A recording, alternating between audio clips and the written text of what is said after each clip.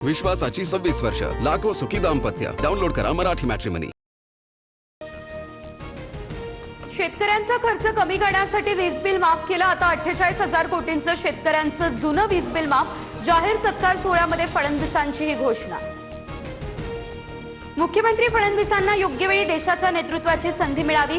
पांडुरंगाला यासाठी साकडं घालणार. कृषी मंत्री दत्तात्रय भरणे यांचं हे मोठं विधान.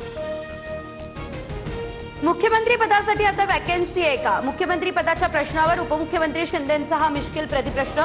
मुख्यमंत्री पदाची खुर्ची मिळवणं आमचा अजेंडा नाही, शिंदेंचं हे वक्तव्य.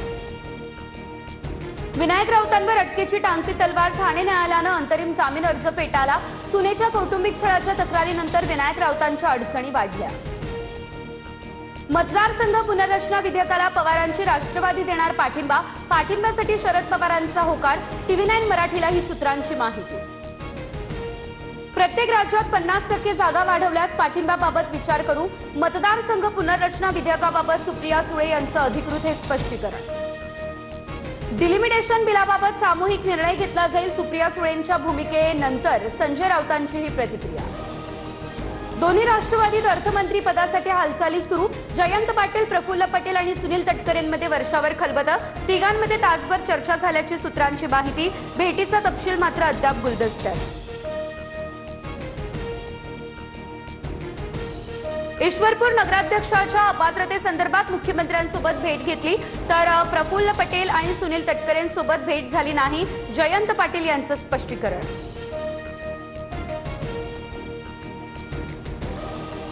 दादांच्या निधनानंतर विलीनीकरणासंदर्भात कुठलीही चर्चा झालेली नाही. आम्ही सर्व आमदार खासदार हे पक्षासोबत एकनिष्ठ, शरद पवारांसोबत एकनिष्ठ.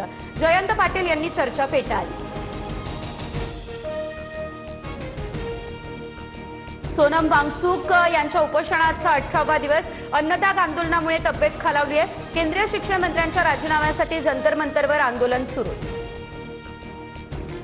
इगतपुरीमध्ये पर्यटकांवर हल्ला करणाऱ्या आरोपींची पोलिसांकडून धिंड. हल्ला केला त्याच ठिकाणी पोलिसांनी आरोपींची धिंड काढली. सर्व 9 आरोपींना 18 तारखेपर्यंत पोलीस कोठडी.